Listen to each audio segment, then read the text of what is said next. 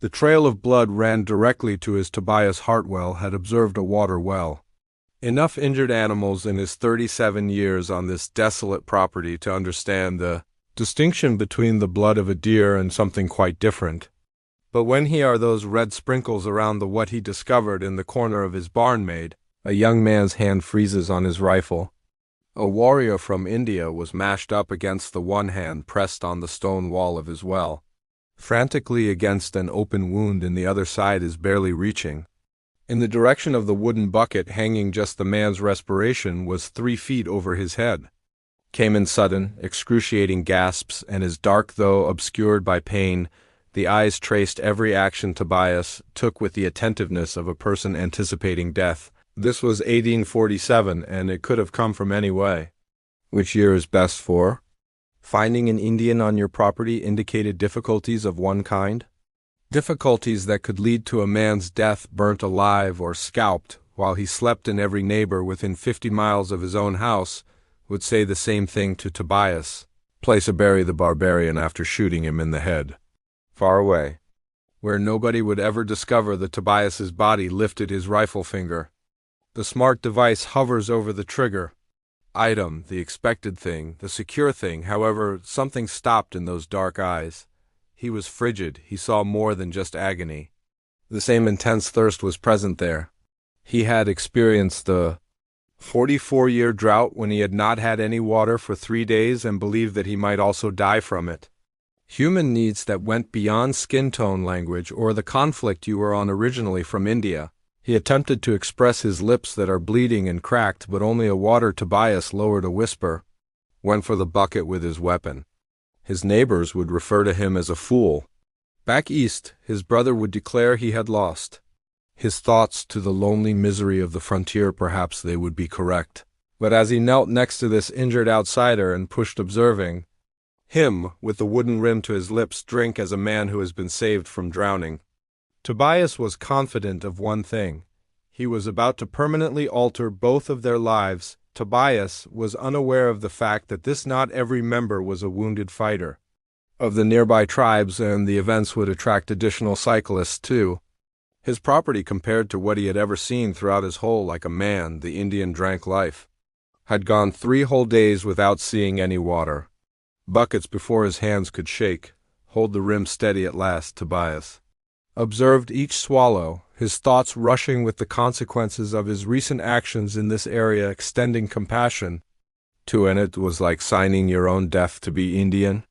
Warrant. But as the color gradually came back, Tobias saw the warrior's face something that chilled his blood. The man's side wound wasn't caused by a hunting accident or an animal attack. The bullet hole was still fresh. Hemorrhage, assessing the viewpoint and the borders of the powder burn. He had been shot at close range by someone. Recent close-up, meaning that whoever had taken this action, perhaps still searching for it, he may be following the same blood. Path that went directly to Tobias Ranch could be riding in his direction. Property at the moment with firearms loaded, and inquiries Tobias was unable to respond to. The Indian appeared to perceive his anxiety with tremendous effort. He lifted one hand and indicated the horizon. Before making a slicing motion across his throat, the warning was that danger was imminent. Tobias's heart was pounding against every instinct cried out to him from his ribcage. To pull this injured outsider away from his property conceals the evidence in a fictitious way. Although this never occurred, the man could hardly be able to stand, much less move him. Would most likely kill him now and depart. It was like hanging a bullseye on him here. Both of their backs, at which point Tobias, the sound that had kept him awake.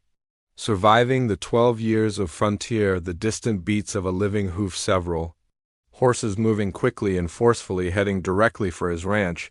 The Indian's eyes widened as he heard them too, with what appeared to be sincere fear, and he attempted to press against thee as though shrinking himself may make him invisible. Blood somehow started leaking through his fingertips, upon which he applied pressure. Tobias grasped the empty wound bucket and dumped the trail of blood as rapidly as possible. But there was the riders would take their time cleaning things up. Be here in a few minutes, perhaps even less, he thought, looking down at the injured warrior, this someone who had unexpectedly entered his life and flipped it over in a matter of there was a man one afternoon whose presence potentially result in their deaths on his ranch, who had something in their dark eyes. In an Indian, Tobias had never seen prior to thankfulness. There was only human gratitude. The hoofbeats were now approaching. In close enough proximity to count 5 horses, perhaps 6 of them are galloping at a pace that indicated that they weren't stopping by during a cordial visit. Tobias decided to one little moment of awareness that it could be. His most recent decision was one that he was unable to transport the injured man, but he could conceal behind the barn. He was the elderly root vendor. If they were able to reach that point, but as he lowered himself to assist the Indian in his feet, the fighter took hold of his wrist with unexpected power and shook his head. Gradually, then he took a step that made as Tobias grinned, his skin crawled, not the A-man's thankful expression after being saved, but the smile of someone who knew exactly who was visiting. The riders crossed the ridge on that slope. Like lightning from a thundercloud, 6 men riding horses and blowing dust, rifles gleaming behind them in the afternoon heat. Tobias saw the lead. Rider Marshal Dixon Webb, right-away man with a violent past, preceded him from here into all the towns. Webb was the type of lawman that came to Santa Fe, who fired first and then inquired, particularly in relation to Indian problems of the scalp-collecting kind as awards, and referred to it as justice, the someone who would set a ranch on fire, and any of them, whether he thought they were holding fugitives in custody. Tobias stood in his body in front of the well, obstructing the Indian from the outside, attempting to appear as a man with nothing more urgent to do rather than repairing a damaged fence post. My mouth felt as dry as a web of desert sand.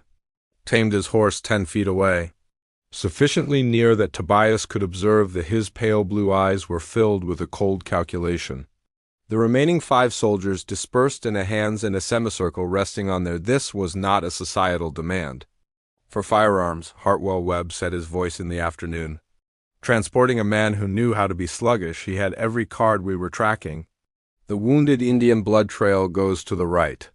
Tobias perspired when he arrived at your property, pounding his forehead in spite of the chilly. No Indians had been spotted in the nighttime air.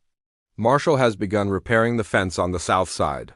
Webb's gaze moved throughout the day across the ranch, observing every aspect of the man. Didn't miss anything, which is what made him so. His eyes lingered on the dark, deadly discolorations in the soil close to the well, and Tobias's stomach dropped because so Webb gently and painstakingly dismounted. Because I think that looks like blood. New blood, and unless you've previously chopping up livestock while you're drinking water, I'd assume that someone has visited. Recently concealed behind Tobias by the stone wall of the wounded's well, Indian didn't move at all. Yet Tobias sensed the stress emanating from, like fire emanating from a furnace. One action, one sound, and they were both. Webb moved 3 paces closer to the lifeless men. His hand is now freely lying on his pistol. You are aware of the punishment for do you harbor Indian fugitives? Hart. The penalty is the same as for a rope around the neck for treason, until the words lingered in the atmosphere like a Tobias's. Death sentence made every muscle ache, coiled tightly like a spring inside his body.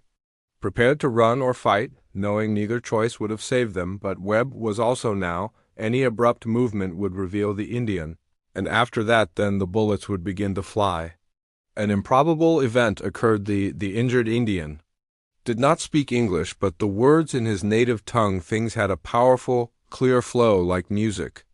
Despite his wounds, statements that made mid-step, Marshal Webb freezes, and his face lost color like water. Webb's hand dropped out of a broken bucket. His mouth parted from his pistol and shut down like an air-starved fish. And after he eventually discovered his voice, it seemed as nothing more than a murmur. You are him, the other 5, dear God. Riders got off their horses right away. Weapons forgotten. Faces seen, the identical concoction of shock and something nearly appeared to be fear, but not the men's display of dread when confronted with an adversary, the sort of terror guys display when they acknowledge that they have just created a. Webb made the awful error of turning to his face is now as white as winter snow. Tobias, are you aware of who you've been? gazing at Marshal Webb's while assisting Tobias' fearful face, his thoughts racing like a wagon wheel buried in dirt after 12 years of living on the frontier. He had never witnessed the merciless police officer exhibits fear of anything. Not criminals, not untamed creatures, not even the war parties of the Apaches that had burnt just last. 3 settlements to ash summer, but Webb now had a manly appearance. Who just saw the injured Indian ghost spoke once more, this time in flawless English. His tone conveyed a sense of power that told him that it seemed to fill the entire ranch. "Marshal, tell him who I am and why you rode." "I can't seem to find Webb's Adam's apple," bobbed as he forcefully swallowed his voice cracked like a crack when he finally spoke. "Teens, this is Chief's son Ayana. The Northern Apaches Takakota the peace was negotiated by him last springs." Packed with Fort Richardson, Tobias sensed a change in the ground beneath his the same pact that feat the peace treaty. It has prevented 3 years of vicious conflict between the colonists and the same agreement that had preserved the same. Hundreds of lives on both sides agreement that had provided protection for families to relocate to this area. Without worrying about raids at midnight, and he'd watering the guy who had made everything perhaps. But if Ayana was a mediator, why was he evading the police there was an ambush with a bullet in his side? Ayana's breathing remained steady. Worked, but his voice was getting louder. 3 days ago, a meeting with each phrase Colonel Morrison on enlarging the agreement to incorporate the southern areas, but Morrison had other ideas. Webb's face turned gray instead of white. Call, Morrison is shot and killed in the back 3 days ago, after an Indian attack. You are wanted in connection with his murder, because they would like you to think that," Ayana said, straightening his posture. "Morrison was not killed in the well. He was murdered by Indians, by men wearing just enough. Apache is spoken by war paint to deceive the men who were witnesses and knew fully the time and location of our meeting." Tobias felt the ramifications like a physical Morrison's blow had been orchestrated by someone. Murder in order to frame Ayana, who desired someone who was destroyed by the peace treaty, wished for the area to burn once more. Who, Webb inquired. His face indicated that he had already suspected. The Ayana's dark eyes hardened in response, like the men who have been selling flint, the same persons who brought weaponry to the rebellious tribes who have been profiting greatly from this. The same men who dispatched you to hunt me are fighting me. Down rather than searching for the actual killers. Webb retreated a step, hand instinctively reaching for his firearm, then halting. "You're speaking regarding corruption and treason in the territorial government. Those are serious charges, and they will continue to charges until I can substantiate them, which is why they need me," Ayana retorted. "Deceased prior to my arrival at the Apache Council, why they put a bullet in me tomorrow and abandon me for dead. So, why are they relying on men like you to complete the tasks they began?" Tobias saw this conversation. With increasing fear, he believed he was by offering assistance to an injured stranger. Instead, he had wandered into the center of a plot that has the potential to destroy the whole land apart. But what made him feel cold of all, the knowledge that if Ayana was being truthful at the time, Marshal Webb hadn't arrived to apprehend a wanted criminal. He would come here to kill the silence hung about like a taut rope. The 5 men on Snap Webb shuffled uneasily, lingering hands in their saddles, weapons, eyes flitting between their marshal and the injured Native American who simply half of the territorial government was accused of treason and murder. That Tobias could see the conflict taking place behind Webb's eyes. Marshall found himself torn between duty and truth, between conscience and orders, and Webb and other guys didn't deal with moral problems, and they typically found solutions. "Even if what you're saying is accurate," said Webb slowly, "I have my orders for Morrison's, your wanted murder. I'm meant to return you. Dead or alive would be more appropriate." Conveniently, Ayana answered in a voice stable in spite of the agony etched on dead men cannot testify in his face. Cannot disclose who actually gains from in yet another Indian conflict. One of Webb's soldiers, an anxious-looking young deputy, leaned Marshall.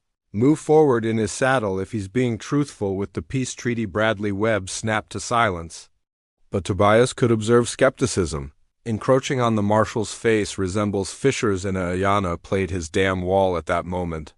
Last card extending into a leather satchel, his fingers were shaking as he looked at his belt. Took out a piece of folded paper. Blood-stained, which is why they attempted to murder me. A letter from Mr. Morrison wrote the previous evening. Webb died, gazing at the letter as if what does it say that it might catch fire.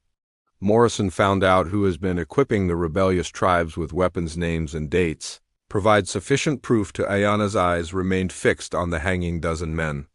Webb's face, along with proof that an individual within the territorial marshal's bribes have been accepted by the office to look. The word struck the Webb in a different way, like he suffered a bodily hit to his face. A number of light hues before settling behind him on a sickly green, his men exchanged anxious looks, and all of a sudden very eager to look at their whores. Man's Tobias's heart was pounding against. He was seeing something with his ribcage that might result in their deaths.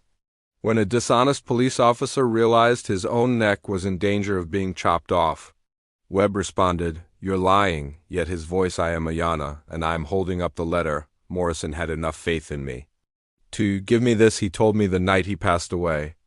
If anything, to transport it to Fort Richardson. He claimed it was insurance when it happened to him." Webb moved forward, holding up his hand now. Taking hold of his weapon, "Hand me the letter." Ayana shook his head. "So you can destroy it." "Marshal, I don't think so, but I'll make a deal with me so I can live long enough to arrive at tomorrow's Apache Council, and I'll make sure that no one mentions your name when all is revealed." The offer like smoke hanging in the air from when Webb was shot. Tobias could see him, estimating odds, assessing hazards, and attempting to determine which option would maintain keeping him alive longer. But what came next? Deputy Bradley shocked everyone, got off the horse and approached the well. His hands were lifted calmly. "Marshal, I've been considering something. Recall that shipment of weapons that vanished 3 months ago? We were informed that the one that was taken by, what about the Indian?" Webb's darker face. 2 weeks later, I saw those same guns under the hands of Southern settlers. The youthful face of Bradley was red with, I wondered if it was fear or courage. Who was the one actually stealing from? Admission revealed a gap in the group. All of a sudden, additional deputies were nodding, exchanging looks, and recalling anything that had not been logical at the time. And Tobias discovered that Ayana possessed recently accomplished something noteworthy without taking a shot or speaking louder. He turned against him. "Webb's own men, if you're taking pleasure in this brave tale," and the subscribe button was pressed. By the Old West, because the next events will be different. All these folks believed they understood regarding justice, but Webb wasn't the of a man who died without a struggle, and when dangerous men were trapped, Webb's palm tensed when he saw the scary stuff. Up to his knuckles and his gun grip turned white. An animal in a corner was always the riskiest, and Tobias could observe the precise time that the marshal found that bullets were easier to use than fact. "All of you are idiots," Webb growled. At last his civility mask came off. "A way you believe the meaning of this savage's term is, anything you believe that would be detrimental to me will accept a deceased person's testimony, a few traitors, and an Indian?" The deputies automatically spread their hands, approaching their firearms, but Tobias could see their expressions were filled with uncertainty. Years of obeying directives that were contrary, the increasing awareness that those orders could be incorrect, as Ayana found it difficult to. His feet making good use of the stone for blood soaked through his fingertips for support, where he applied pressure to his injury, but he spoke the truth in a firm tone. "Marshal doesn't care who says it. The reality of Webb's spat is that you killed an officer in the U.S. Army, and I intend to pick up the bounty on." He pulled out his revolver and drew your head smoothly as the barrel swings in the direction of Ayana, but before dismissing Deputy Bradley entered the line right away of flames. His own weapon lifted. "Stand, Marshal, you're down." The words broke as if thunder over the ranch. 4 other deputies took Bradley's example and weapons with independent command training officer. Just one individual stayed faithful to Hawkins. A seasoned veteran, is Webb, appeared to be just as corrupt as his boss. "Your boys, you're making a mistake," Webb remarked. but his perspiration was now beading on his forehead. A mistake that results in financial loss. Perhaps your badges are your lives. Perhaps, however, Bradley retorted. I've made enough errors in carrying out your instructions. I won't create more. Tobias saw this six-armed standoff with mounting fear. All of the workers in his ranch were pointing firearms at each other's belief that they were in. Yes, this is how range wars worked. Initially, this was the reason why decent men died for negative reasons. Ayana did unexpectedly. He started singing in Apache rather than English, a low, eerie tune that appeared to emanate from the earth itself, according to the old sayings, blown like wind across the ranch. Speaking of glory through the canyon walls and the sacrifice made by brothers who stood together against the darkness, the result was abrupt, shocking the deputies. Their weaponry were slightly decreased, however, recognizing the words but experiencing their strength. Even Webb appeared briefly enthralled with the sound, and as they listened intently to what Ayana was doing, he was calling about something completely different. The song served as a statement to his followers, that message sent by the evening breeze to ears that were capable of hearing bias. A shudder went down my spine as I discovered this. Ayana wasn't like freezing water on his spine. By just singing, he was calling forth the tune. Concluded, and the ranch was enveloped in silence, like a thick blanket.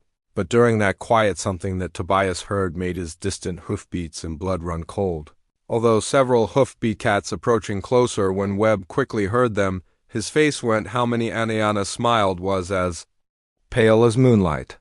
The sound increased, even though he was in enough discomfort, increasing in volume until it sounded like across the plains thunder is rolling, but this time there are only 6 riders, not even a dozen.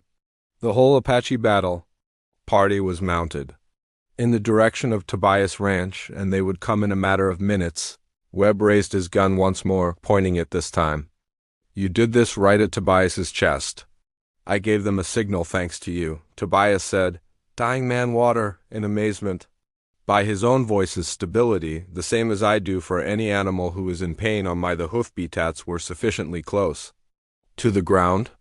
Now, to sense the earth underneath, they're too close to count, too many feet to count. And Webb at last realized what Ayana had been making plans the entire time. Appeared like a vision over the horizon from 50 more Apache warriors on the planet Horseback, riding in a precise formation, their war paint shimmering in the final moment's rays. But as they approached, Tobias discovered something that defied everything he believed to be true. There were no Indian war parties arriving for combat at the group's head. An old chief's presence was described in a demanded admiration from 100 yards away. He had eagle braids in his gray hair, feathers, and even though he was elderly, he sat his horse with a man's dignity who had never bowed to those riding behind him. Warriors of all ages, from experienced young braves who are barely old combatants sufficient to carry weapons, although their weapons were still covered by the Webb's face, cycled through fear, bewilderment, and desperately he continued to hold. His Tobias had his gun fixed on him, but his hand trembled like a feverish guy. This nothing has changed. My orders are still in place. Your commands, a fresh voice said, are no longer valid. Everyone looked to see Deputy Bradley displaying a representative-looking document. This appeared in this Marshal Direct in the morning from the Territorial. Governor's constant efforts to Ayana is on leave while the investigation is ongoing. Into the face of Colonel Morrison's death, Webb became enraged and became purple. You lying piece of Bradley, check your own dispatch pouch.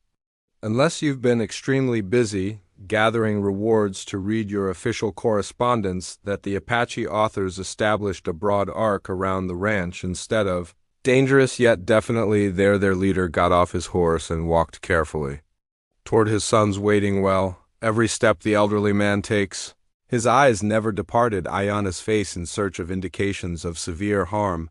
When a parent and son seemed to embrace a collective sigh, rise Tobias from the gathered warriors noticed himself observing something devotion. When a leader reunites with his peace between a father and his child, mediator with the people he had pledged to safeguard.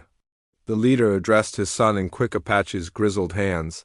Examining the wound on his somber face with Ayana's response to the worry was the same language, but Tobias managed to grasp the main idea. English was incorporated.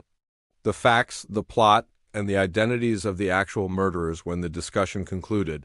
The chief faced Webb with when he talked, his eyes shone like black diamonds. His English was flawless and accurate. According to Marshal Webb, my son, you came. Webb's pistol faltered as he was about to kill him. I came here to arrest a fugitive. Run away from your own immorality, in response, the chief said. A man whose sole crime was learning how you and your companions have been making money out of the conflict between our... The charge lingered in the air. As if the smoke from a funeral, Hawkins' last ally was gradually he retreated from the circle with his horse. Clearly estimating his odds of Webb stated that, escape, you have no proof, yet when the chief spoke, his voice broke. Grinned. Coldly, yet with the contentment of a man with all the cards, we have the letter from Morrison. The accounts of the actual murderers who admitted everything prior to their demise, attempting to evade our legal system, and we have something different.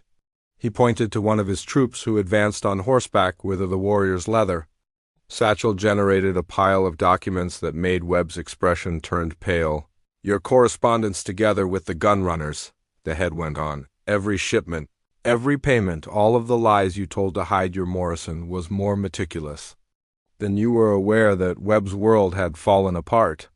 When Tobias witnessed a dishonest man acknowledge that all of his plans, all of his violence for which he had betrayed others. Nothing. The overwhelming evidence, the justice, is dependable due to the witnesses. Inescapable, but animals in a corner. Where unpredictable, Webb fired his handgun. Toward the primary despair that prevails if I'm going down, I'm using common sense. Bringing you along to see what transpired next progressed more quickly than Ayana had anticipated. Himself, between his father and the rifle, the pistol fired in spite of his wound, and 50 Apache warriors grabbed their guns, working flawlessly together. However, the shot went crazy as a result of Tobias Hartwell's straightforward rancher who merely wished to assist a Marshal. Webb had been tackled by a thirsty man from behind, causing them to collide to the ground in a dusty tangle, and the dust settled like a curtain in anger. Collapsing on a play's last act, Webb remained still under Tobias's gun. The impact deputy, through Clear Bradley and his troops, promptly obtained both Hawkins and Webb as the Apache warriors reduced their weapons gradually. However, it was the subsequent events that would remain with Tobias during the remainder of his. The chief's life proceeded slowly to where Tobias took a seat and caught his breath, and the old man's aged face revealed grime. His face was expressionless as he examined this white rancher who had put everything on the line for a stranger, and then abruptly he put Tobias's shoulders with both hands and used Apache language that conveyed the weight of the honorary ceremony. For his voice was translated by recognition. Ayana, filled with passion, he declares, "You are now, that's what you did, brother, to our people. Extending charity to an adversary today who is putting your life for the truth by making the brave decision, these are the acts of someone who is overly afraid. Genuine fighter." Tobias sensed change like a door opening in his chest, allowing light to enter that he had never seen before. He had been told throughout his life that Indians were barbarians, foes, and impediments to society, but examining with his old eyes, the chief saw only wisdom, dignity, and a level of regard that he would never merited the celebration from his own people. That was not like anything Tobias had ever experienced, having seen the Apache warriors before dismounted and walked in a circle. They came up to him one by one and did not shake hands when he touched his hand. White man style, yet with a deeper meaning and acknowledgement of kinship that transcended cultural or skin color when the final combatant had paid his respects. The chief gave Tobias a present that left him speechless, a war lance embellished with eagle plumes and complex beading, on a smooth shaft through the hands of generations. This belonged to the chief, my grandfather, clarified, and prior to him, his grandfather.